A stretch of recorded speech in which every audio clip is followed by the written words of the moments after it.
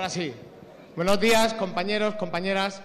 Buenos días a todos aquellos que nos acompañáis en este acto de gente, en definitiva de gente normal, de gente humilde, de gente que cree en Alfredo como la mejor persona que puede construir la sociedad que todos alguna vez hemos imaginado. Buenos días y muchas gracias por acompañarnos a todos en este acto con la persona que ayer ganó el debate en televisión.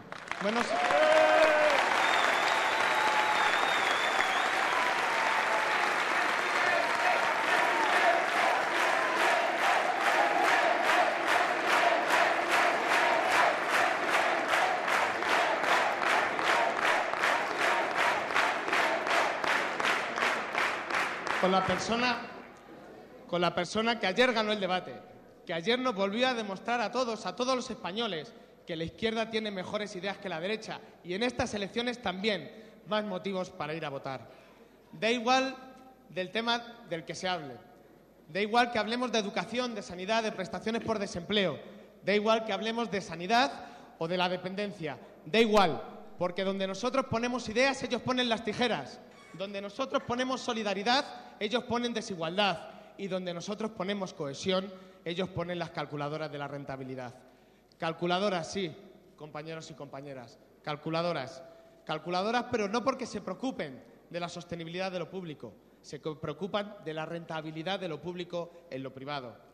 Por eso, porque ponen calculadoras, Aguirre afirma que no toda la educación tiene por qué ser pública, gratuita. Está pensando en los conciertos. Por eso Cospedal dice que las prestaciones por desempleo son un gasto inasumible. Está pensando en los seguros privados. Y por eso Rajoy dice que solo podremos tener el estado del bienestar que podamos pagar.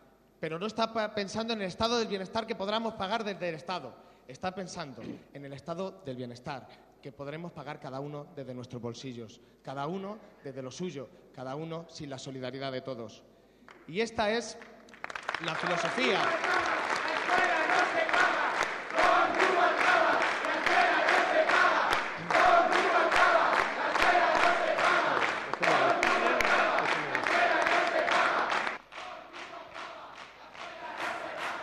Y esta, compañeros y compañeras, esta es la filosofía que explica que cada uno se pague lo suyo, que se estén cerrando hoy camas hospitalarias en Murcia o en Valencia, o que aquí en Castilla-La Mancha el gobierno regional esté planteando cerrar consultorios locales y cerrar farmacias, porque dicen que no son rentables económicamente.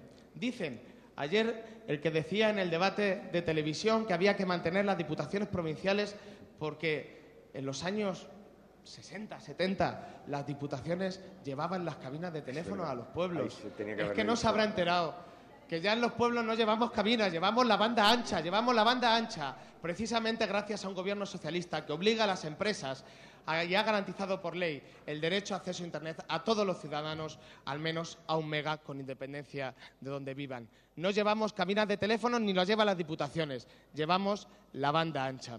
Y por eso, esta gente que dice, este presidente del Partido Popular que permite en sus territorios cerrar servicios públicos en determinadas zonas, esta gente, este presidente, es el que permite, como digo, que hoy se esté dudando o se esté viendo a los servicios públicos desde el punto de vista de la rentabilidad económica. Y yo me pregunto, ¿que desde cuándo los servicios públicos se ven desde la rentabilidad económica, desde el punto de vista de la rentabilidad económica y no desde el punto de vista de la justicia y de la cohesión social? ¿Desde cuándo una escuela en un pueblo de 1000 habitantes es cara? Es cara la ignorancia, es cara la desigualdad, es cara la falta de oportunidades y, además de cara, es injusta, compañeros y compañeras.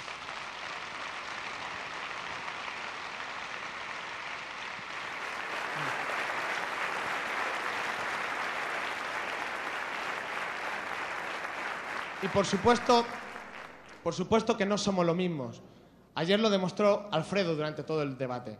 Por supuesto que no solo somos lo mismo en nada, pero fundamentalmente no somos lo mismo cuando tenemos que defender el estado del bienestar. Ayer, durante el debate, salieron a la luz numerosas cosas. Salió a la luz, por ejemplo, que Rajoy no sabe ni dar ni siquiera el pésame a los familiares del sargento que murió en Afganistán sin leer. También salió a la luz, por ejemplo, que no es capaz de mirar a los ojos a los ciudadanos para ni siquiera pedirles el voto. Salió a la luz que para la derecha no existen los derechos. Salió a la luz que Rajoy, si dijera todo lo que tenía ayer en la mente, cuando le replicaba nuestro candidato Alfredo Pérez Rubalcaba, ni siquiera sus militantes le hubieran votado. Salió a la luz que ahora nombrar a un ministro que sabe de lo que hable es una promesa electoral. Salió a la luz que para la derecha la política de conciliación entre familiar y laboral no es la educación gratuita 0,3, no es tender a eso, es que te preparen antes la hora de la cena. Salió a la luz, compañeros y compañeras, que para la derecha el matrimonio homosexual divide.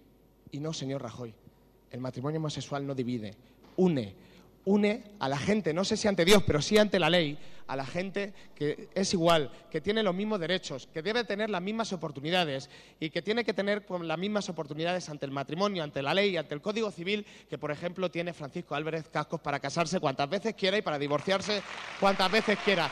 Eso es el matrimonio homosexual.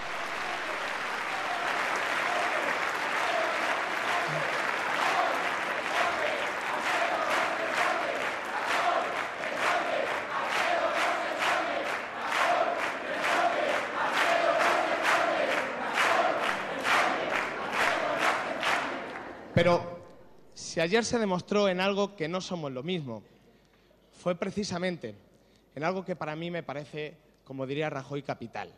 Y es que en estos tiempos, siempre ha sido así, pero especialmente en estos tiempos, la diferencia entre la izquierda y la derecha, la diferencia entre un socialista y un conservador, es que para nosotros la educación, la sanidad, las prestaciones por desempleo, las becas, son consideradas un derecho que hay que garantizar que llegue a todos los ciudadanos con independencia de la coyuntura económica. Y que si hay que redoblar esfuerzos para mantenerlos, se redoblan. Y que hay que subir los impuestos a la gente que tiene más posibilidades, se suben. Pero hay que garantizar determinadas cosas. Eso es lo que significa que las cosas sean un derecho. Que con independencia de la coyuntura, con independencia de lo que caiga, tenemos que mantener determinadas redes de seguridad. Tenemos que mantener determinadas cosas que hacen que esta sociedad hoy sea más decente. Y para la derecha los derechos a la educación no son derechos, son prestaciones. Y eso significa que cuando las cosas van mal, las prestaciones se pueden prescindir de ellas. Y eso es, en definitiva, lo que podemos evitar el próximo 20 de noviembre con nuestro voto, con el poder del voto. Mirad, ahora que a la caverna le fastidia tanto que hablemos de los puntos de partida, de los puntos de origen, a mí me apetece en un minuto contar mi historia, la historia de mi familia. Mirad, yo soy nieto de un cabrero, soy nieto de una persona que tuvo 2 hijos, mi tío y mi madre. Cuando mi madre le dijo a mis abuelos que querían estudiar, mis abuelos le dijeron que, lo siento, pero que no tenía más, que ya estaba estudiando su hermano mayor. Y cuando mi tío cayó enfermo, mis abuelos se tuvieron que empobrecer para poder pagar las medicinas, la sanidad de mi tío, porque no había una red decente, una red de seguridad. Y eso es, en definitiva, lo que nos estamos jugando el próximo 20 de noviembre, mantener determinadas redes de seguridad, mantener determinado nuestro estado del bienestar, porque sí, compañeros y compañeras, lo que realmente ha creado clase media en este país, lo que realmente ha creado oportunidades e igualdad de oportunidades en este país es el estado del bienestar. En el mismo momento en que la gente ya ha tenido que despreocuparse de lo que tiene en los bolsillos para garantizar las oportunidades de sus hijos. Eso ha aumentado la igualdad, ha aumentado las oportunidades y ha aumentado también la renta disponible de las familias. Y eso es lo que se llama redistribución. Y eso es lo que está en juego el próximo 20 de noviembre, la redistribución entre los que más tienen y los que menos oportunidades tienen.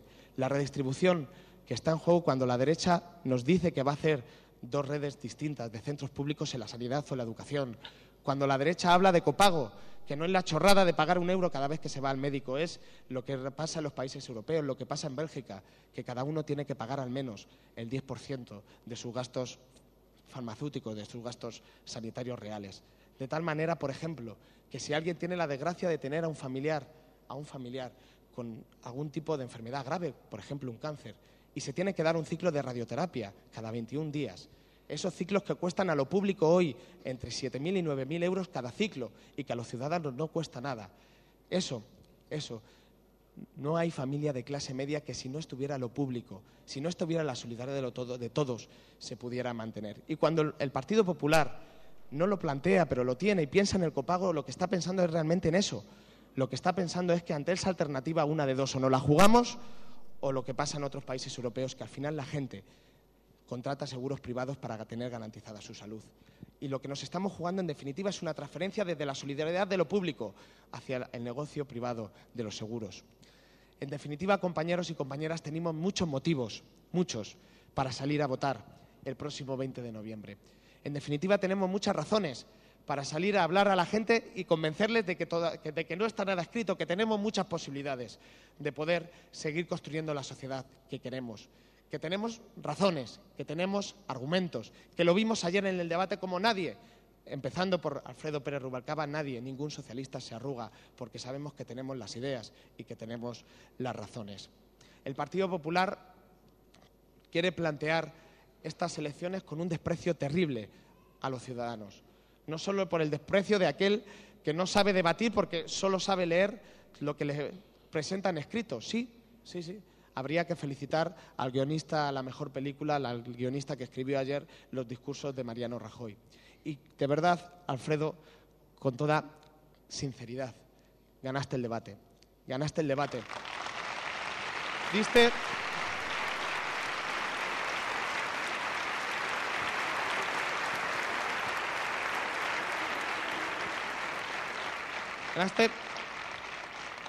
Diste razones, argumentos, ideas, sí, pero he de reconocer que Rajoy también me sorprendió. Sí, Rajoy me sorprendió. Esta vez entendió su propia letra. ¿Todos os acordáis?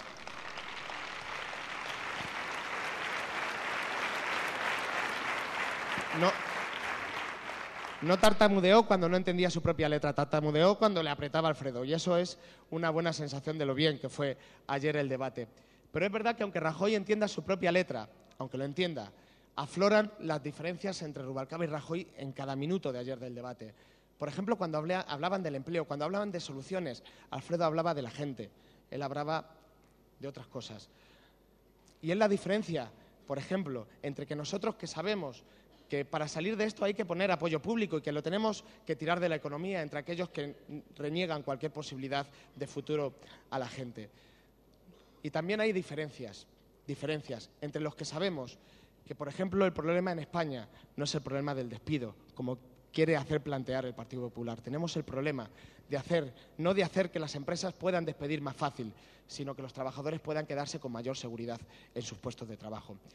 Y tenemos también la certeza de que hoy, por ejemplo, la Unión Europea nos está diciendo que en los próximos años el 85% de los puestos de trabajo que se creen necesitarán una alta cualificación. Y por eso no podemos engañar a la gente y les tenemos que decir que hoy la primera política para crear empleo se llama educación y la segunda se llama formación para toda la vida. Y que mientras que no reduzcamos las tasas de fracaso escolar no estaremos tampoco reduciendo nuestro problema estructural de desempleo. Y que para eso, compañeros y compañeras, necesitamos esfuerzo público y solidaridad de lo público hacia el conjunto de los ciudadanos, desde lo público al conjunto de los ciudadanos. Que no puede ser que si el conjunto de la sociedad estamos diciendo o estamos pidiendo al conjunto de los jóvenes que se formen más, que tengan más oportunidades, no puede ser que la respuesta que le demos sea mayor precarización. Que no puede ser lo que nos está ofreciendo, por ejemplo, Esperanza Aguirre cuando dice el otro día, cuando le pusieron el micrófono, que hay que eliminar el salario mínimo interprofesional porque delimita la libertad de los empresarios para fijar el salario de sus trabajadores. Y yo le digo que cobrar hoy menos por trabajar de lo que hoy es el salario mínimo interprofesional no es en ningún caso ampliar la libertad del empresario, es acabar con la dignidad de los trabajadores. Y por eso no lo podemos permitir. Por eso, el próximo 20 de noviembre tenemos que ir a votar, porque siguen existiendo diferencias. Acabo ya, compañeros y compañeras, pidiendo el voto. Pidiendo el voto a la gente que se indigna, porque en este partido, además de indignarnos, trabajamos para acabar con las causas de la indignación. Pido el voto a todos los que creen que la igualdad de oportunidades no puede depender ni de árboles genealógicos ni de cuentas bancarias. Pido el voto a todas aquellas personas que creen en la España que quiere avanzar en igualdad y no en la España que quiere que todo siga igual. Pido el voto en definitiva, a la gente que cree en Alfredo Pérez Rubalcaba como el próximo presidente del Gobierno, no porque sea lo mejor para los socialistas, que de hecho ya lo es, sino porque sin ninguna duda con Alfredo como presidente del Gobierno será lo mejor que pueda pasar a nuestro país. Muchas gracias y os dejo con Alfredo.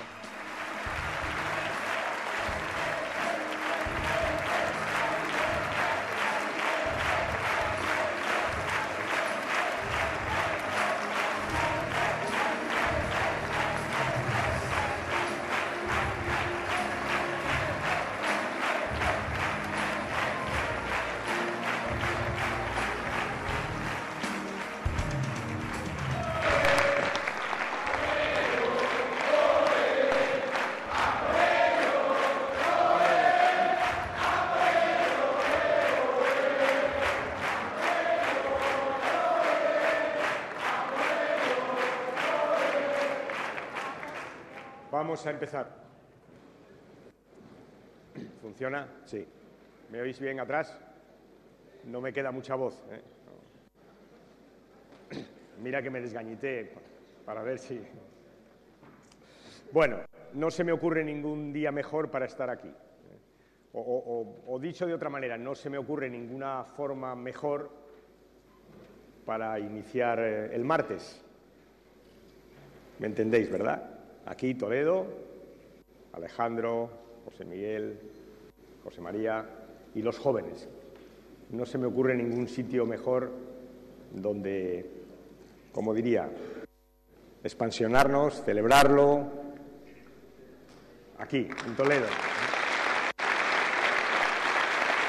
Pero fijaos, os voy a decir, desde el principio os voy a decir, a mí esto de si ganas, pierdes, a mí esto me da, no digo que me da lo mismo, pero no es lo más importante.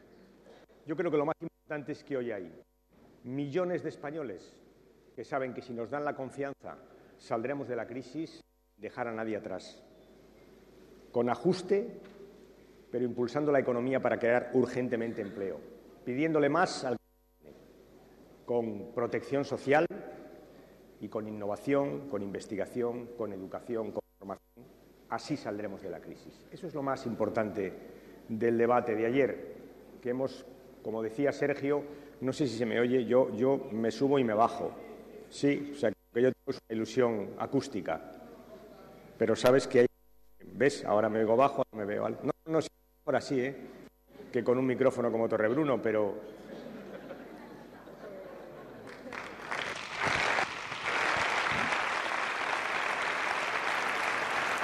Ahora, ya, no. Bueno, la tecnología, ¿eh? Ahora me oigo menos.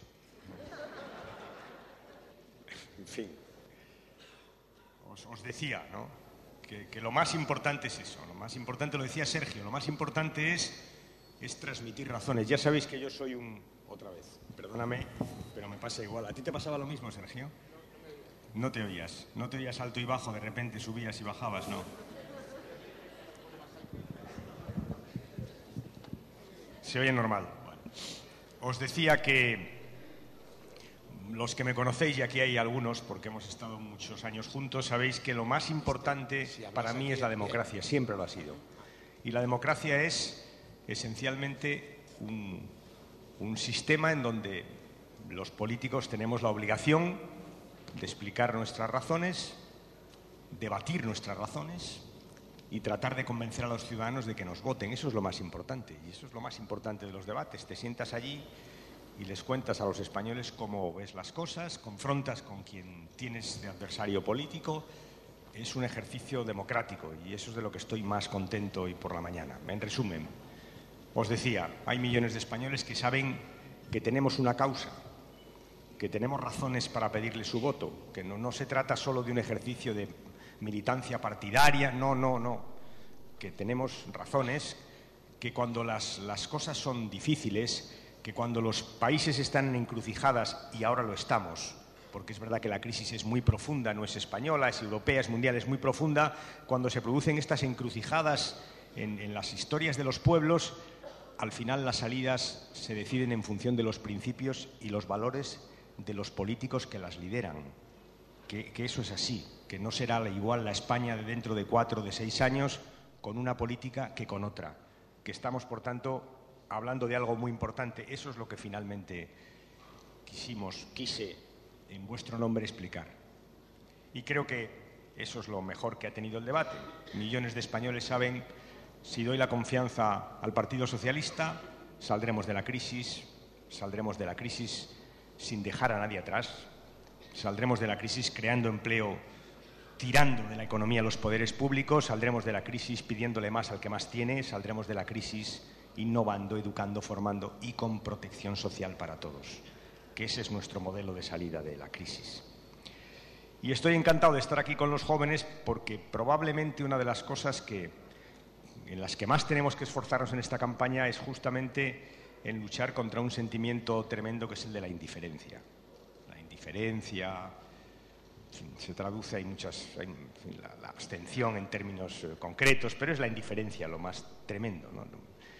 Y también anoche traté de decir a los ciudadanos lo que pienso realmente, que algunos, como José Mari, me ha oído decir muchas veces, ¿no? Es que con la indiferencia no se construye nada, con la indiferencia no se resuelven problemas, ni se dan becas, ni se construyen hospitales, ni se crean escuelas.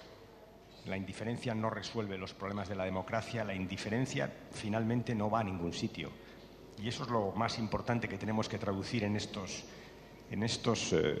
semanas que quedan de campaña. Pongo siempre el ejemplo de Cameron y los británicos y los estudiantes. ¿Os acordáis? Estábamos iniciando la campaña local no hace muchos meses, cuando los estudiantes británicos estaban todos los domingos en la calle peleando y protestando por una subida de tasas universitarias brutal. Las multiplicó por 3 el gobierno británico. Y cuando los veía en la calle, esos domingos, pensaba cuántos de ellos esta mañana estarán diciéndose a sí mismos: maldita sea, ¿por qué me quedaría en mi casa aquel domingo en el que había que votar? Porque ahora pasa lo que pasa. Y eso creo que es el resultado de la indiferencia. Y eso me parece que es lo más importante de lo que os quería transmitir hoy aquí. Tengo una relación con la juventud, que también me la habéis oído decir muchas veces, de respeto. Porque sé que cuando se acercan a vosotros y os halagan, es que os quieren pedir algo. Sí, es así. Y cuando se acercan a vosotros y os insultan, que a veces pasa también, es que os quieren recortar algún derecho. Es así. Yo creo que los jóvenes, la juventud no es la etapa esa que transcurre entre la infancia y la madurez, no. La juventud tiene un sentido propio, no en todos los países, ¿eh? No siempre ha sido así, ¿eh? Ahora sí, ahora tenéis entidad, es un colectivo de gente que tiene una identidad propia en un momento importante de su vida y que se distingue de todos los demás, sobre todo de los que no somos jóvenes, porque tenéis mucho más futuro que nosotros, mucho más. Y por eso lo que más me fastidia de esta crisis, ¿no?, es cuando oigo a los jóvenes que dicen eso de nuestro futuro es peor que el de nuestros padres. Eso es lo más tremendo que puede oír un responsable político. Y sobre todo os voy a decir una cosa, es seguro que lo pensáis ahora, pero lo que es seguro del todo es que no va a ser así, que no va a ser así, que nunca ha sido así, que no es que yo lo piense porque soy una persona de izquierdas, que piensa que cualquier tiempo pasado fue peor, ¿no? Es que nunca ha sido así, es que no es verdad, es que el futuro es lo mejor que tenéis y el futuro os dará con toda seguridad muchas más cosas de las que ha dado a vuestros padres. Esa es una convicción que tengo profundamente. La tengo desde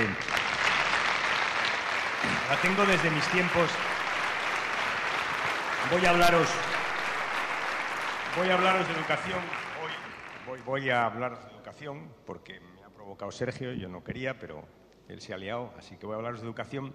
La tengo desde mis tiempos de maestro, ¿no? ¿Cuántas veces habéis oído decir eso de que cualquier tiempo pasado fue mejor en la educación? A la que habéis oído muchas veces eso de...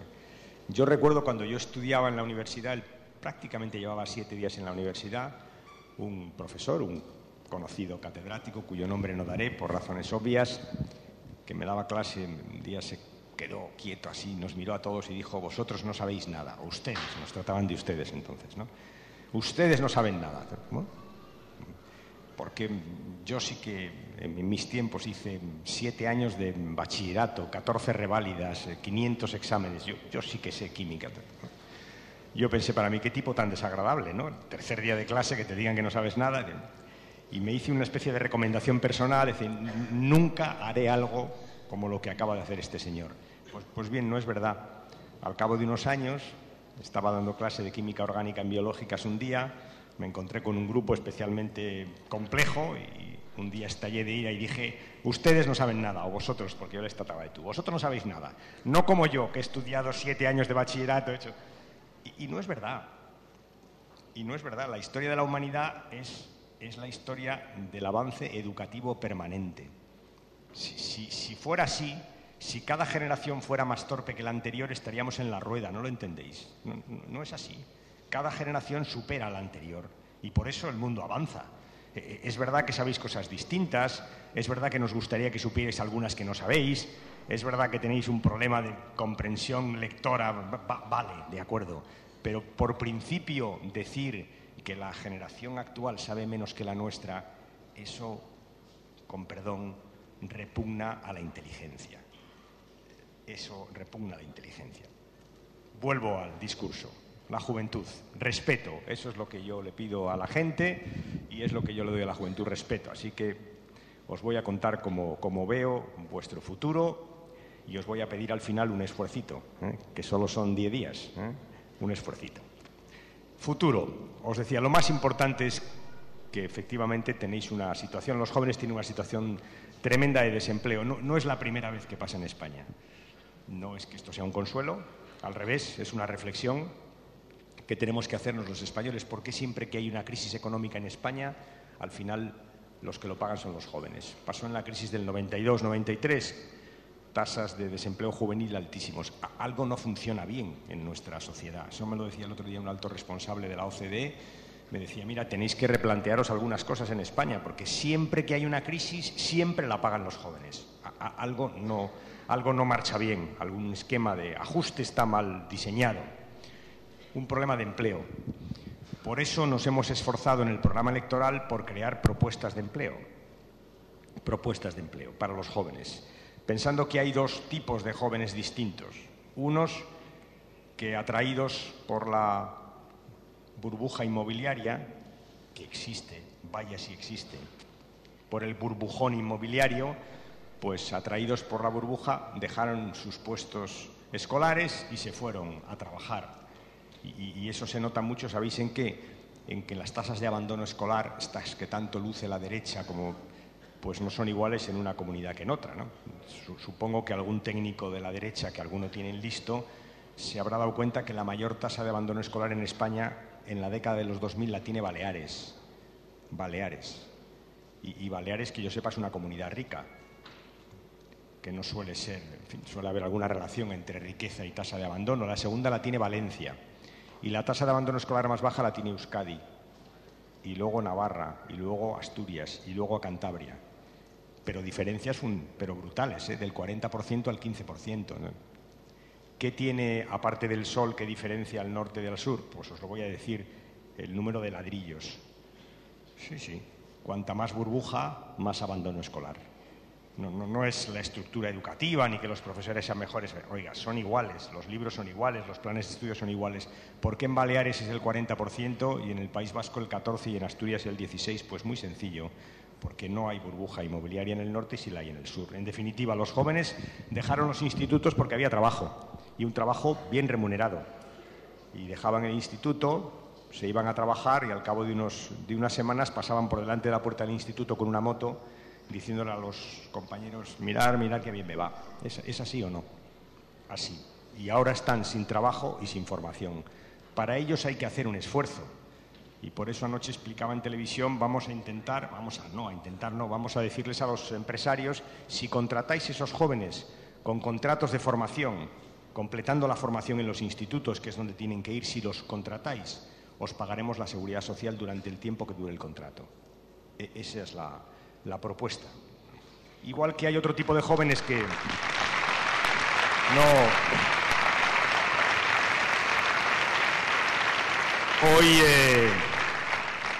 Hoy no voy a dar un mitin, o sea que no. Esta tarde, si queréis, en Toledo. Hoy toca mañana reposada y tranquila. Hoy toca profesor Rubalcaba. Os decía,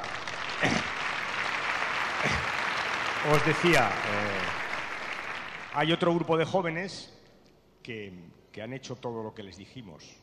Se han formado, han estudiado, tienen la formación profesional o tienen un título universitario y tampoco encuentran empleo. Es más, no encuentran ni siquiera un primer empleo. A veces encuentran un empleo que tiene muy poco que ver con lo que han estudiado. Merecen un esfuerzo de la sociedad. Merece que les digamos a los empresarios, si los contratáis con un contrato en prácticas, os pagamos la seguridad social. Durante el tiempo que dure el contrato, el 100% corre a cargo del Estado. Esa es la propuesta.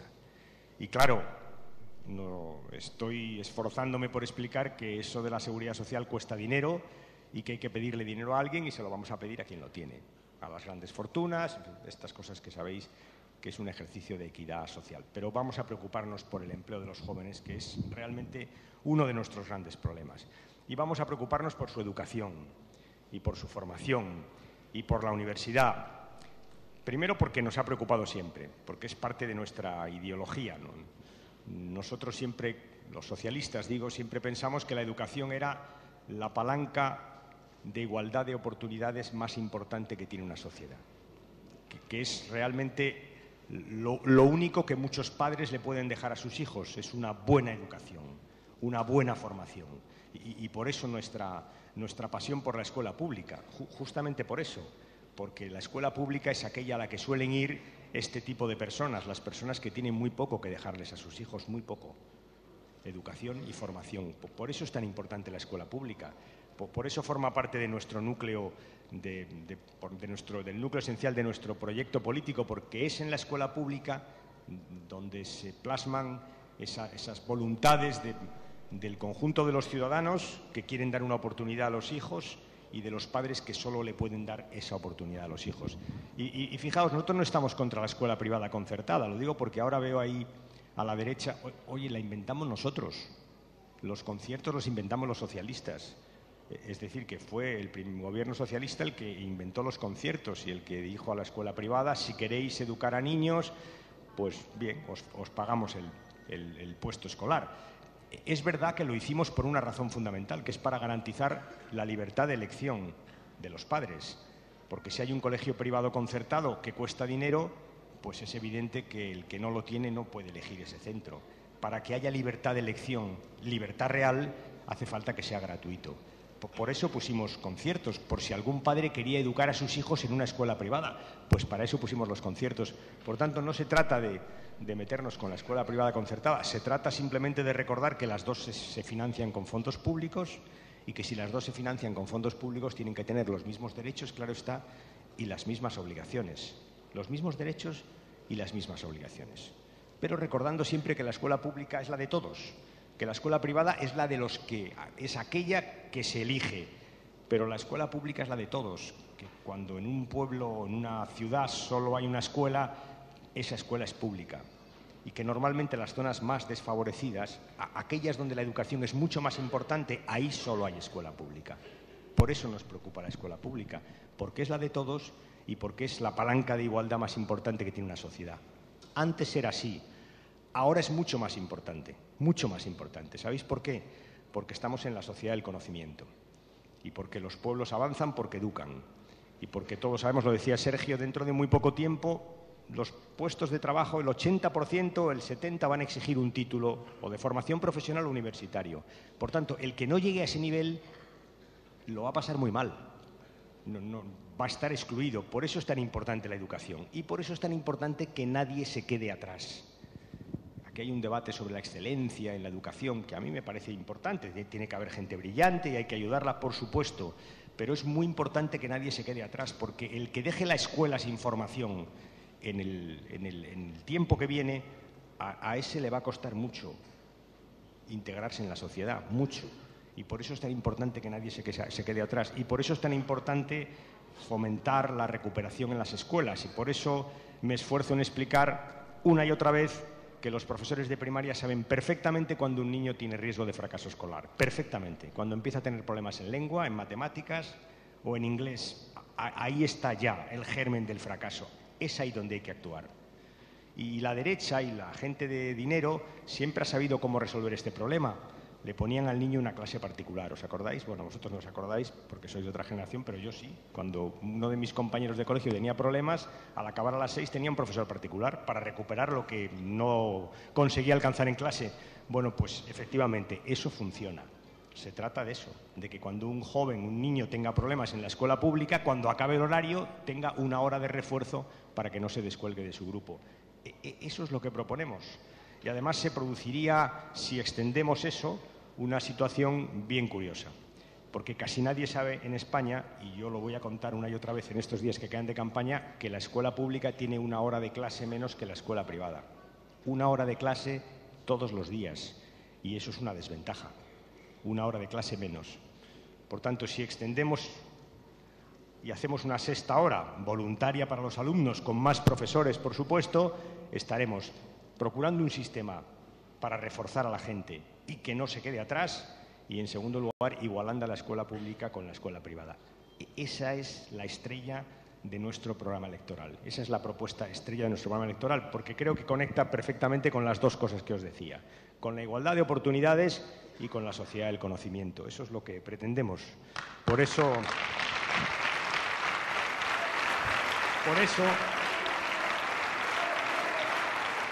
ya.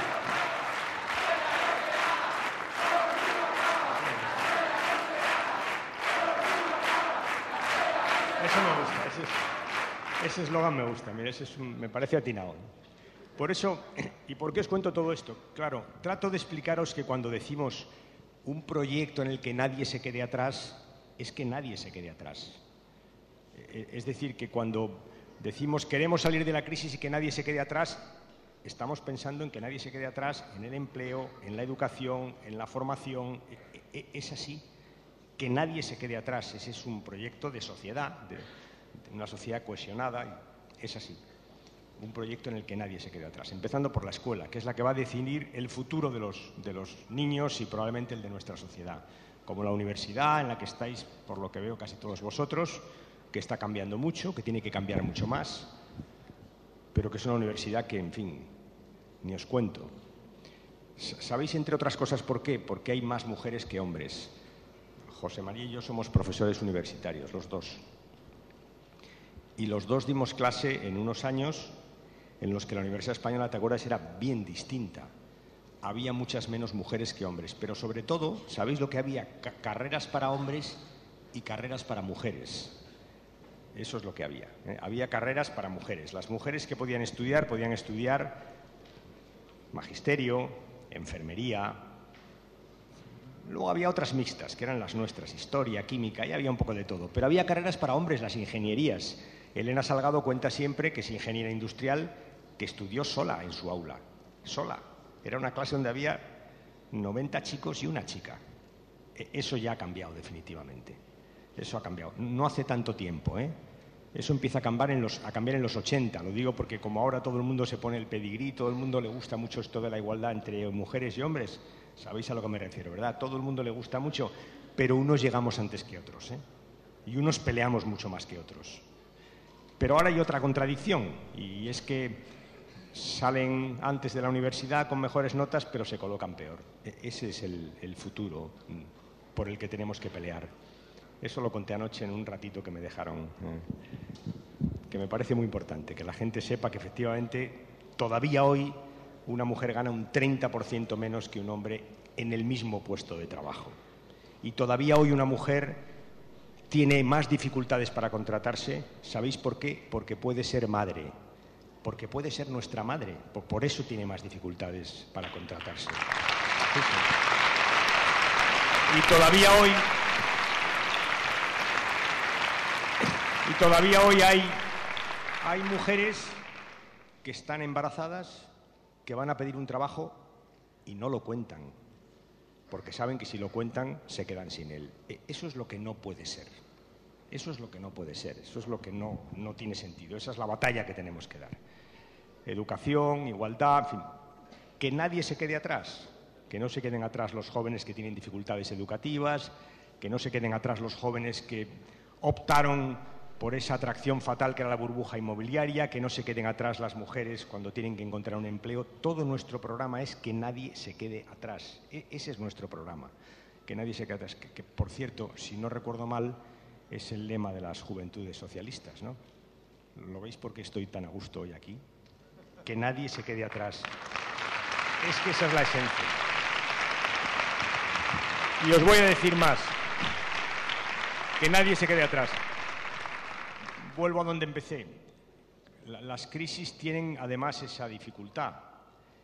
Hay que superarlas, hay que decidir por dónde sale uno, qué sociedad quiere después de la crisis, qué saldremos, qué tipo de sociedad, qué cosas nos cuestionamos. Eso es lo que tenemos que decidir y hay que decidir que nadie se quede atrás. ¿Y sabéis qué pasa? Que en las crisis, cuanto son muy profundas, el riesgo es que se quede mucha gente atrás, mucha gente.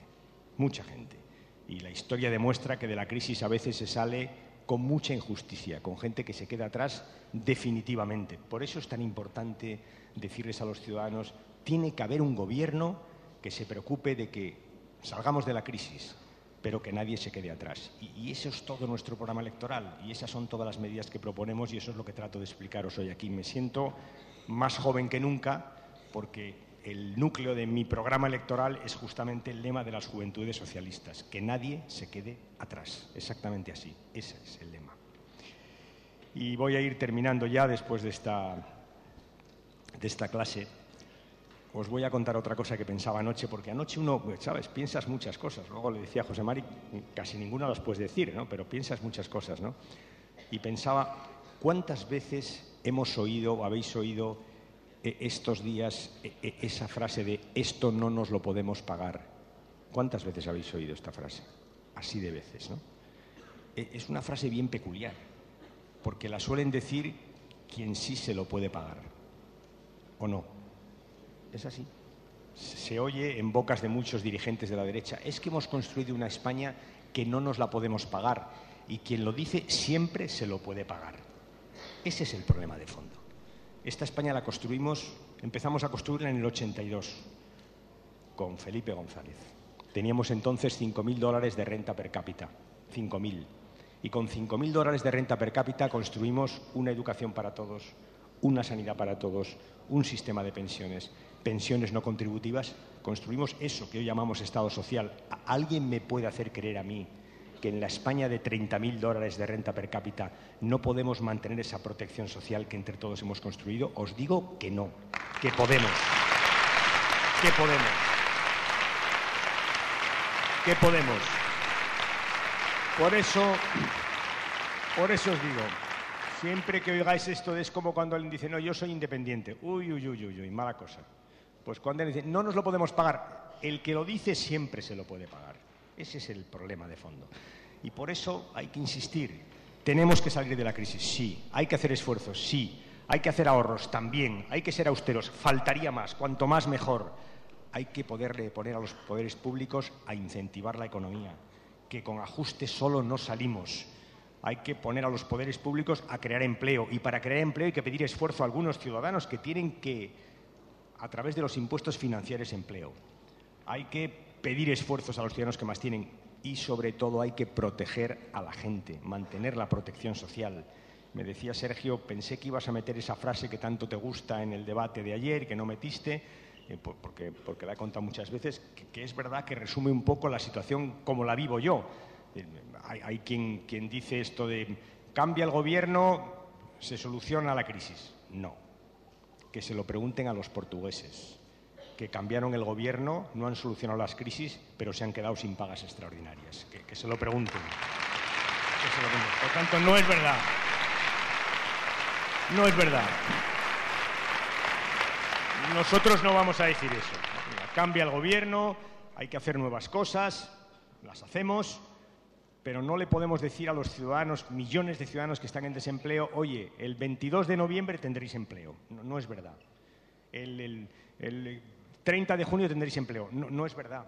Esto va a costar, va a haber que hacer esfuerzos, va a haber que pedir esfuerzos, entre otros a los que más tienen. No va a ser inmediato.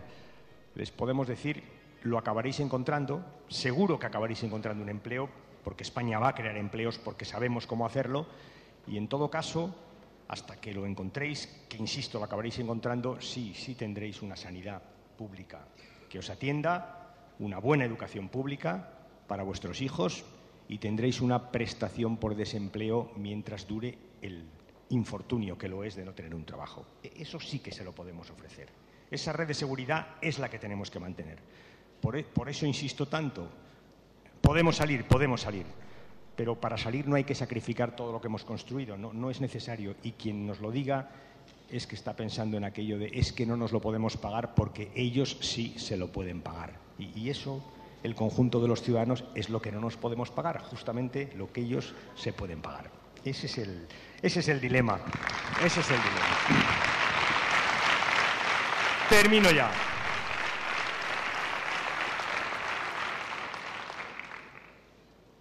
Creo que no hay mejor ámbito también para recordar al final de esta, como sea, para recordar que como os decía al principio, esto tiene que ver con las ideas y con los valores, que tiene que ver con eso, que no es un problema solo de políticas, que debajo de las políticas se encuentran unas ideas y unos valores. Os pongo un ejemplo, ¿no? Si Pablo Iglesias levantara la cabeza y cogiera nuestro programa, pues no entendería nada, ¿no? Wifis, trenes de alta velocidad, móviles, no entendería nada, ¿no? Pero no le costaría ni un minuto reconocer que era el programa electoral del Partido Socialista. ¿Sabéis por qué? Porque los principios y los valores de ese programa son exactamente los mismos que los que había hace 130 años. Los mismos. Y de eso... Los mismos. Y de eso se trata. De eso se trata. Esos principios y esos valores nos han permitido construir la sociedad que tenemos, que es una sociedad que no tiene nada que ver con la que había hace 30 años y que se halla en una encrucijada importante. Y esos principios y esos valores son los que vamos a defender nosotros durante la salida de la crisis. Sostengo que podemos salir de la crisis con los mismos principios y los mismos valores que nos permitieron construir esta España de la que hoy todos nos sentimos orgullosos, con protección social, con educación, con sanidad, con pensiones, con protección al desempleo. Ese es el dilema y ese es el reto. Sostengo que se puede hacer. Y sostengo que, como siempre en estas encrucijadas, hay dos tipos de valores y que hay quien piensa que lo mejor es que a quien Dios se la dé, San Pedro se la bendiga, y nosotros pensamos que no, que tiene que haber un proyecto colectivo y un Estado que al final se preocupe de todos, que hay quien piensa que esto del egoísmo social saca adelante las sociedades, que nosotros creemos que no, que las sociedades salen adelante con cohesión, con solidaridad. De eso es también de lo que tenemos que hablar, de valores. Ideas, valores, por tanto, hacedme un favor si queréis trabajar en esta causa que es de todos. Estos días esforzaros por explicar a la gente estas cosas, nuestro programa. Faltaría más en educación, en sanidad, explicarles nuestro programa.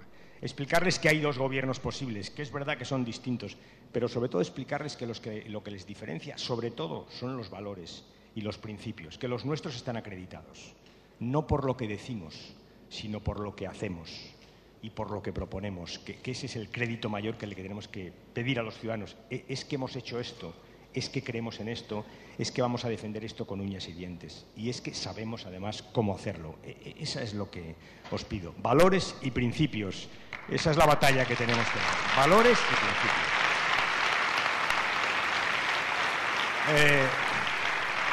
Pone, ¿lo veis? Pelea por lo que quieres. Pelea por lo que quieres. Se ha montado un lío también. Cada vez que decimos algo se monta un lío. Pelea. Pues claro, ¿no? Pelea por lo que quieres, claro, ¿no? ¿Cómo se dice en la calle? Oye, pelea por lo que quieres. Pero ¿hay algo que queramos más que esos valores y estos principios? Si es lo que nos lleva a estar sentados aquí una mañana escuchando una clase, ¿eh? Valores y principios. Pelea por lo que quieres. Y ya sabéis que la única pelea que no se gana, la única, es la que no se da. Las demás, todas son ganables. Y hoy más que ayer, más que antes de ayer y más que el sábado. Así que, ánimo, adelante, a trabajar. Eso.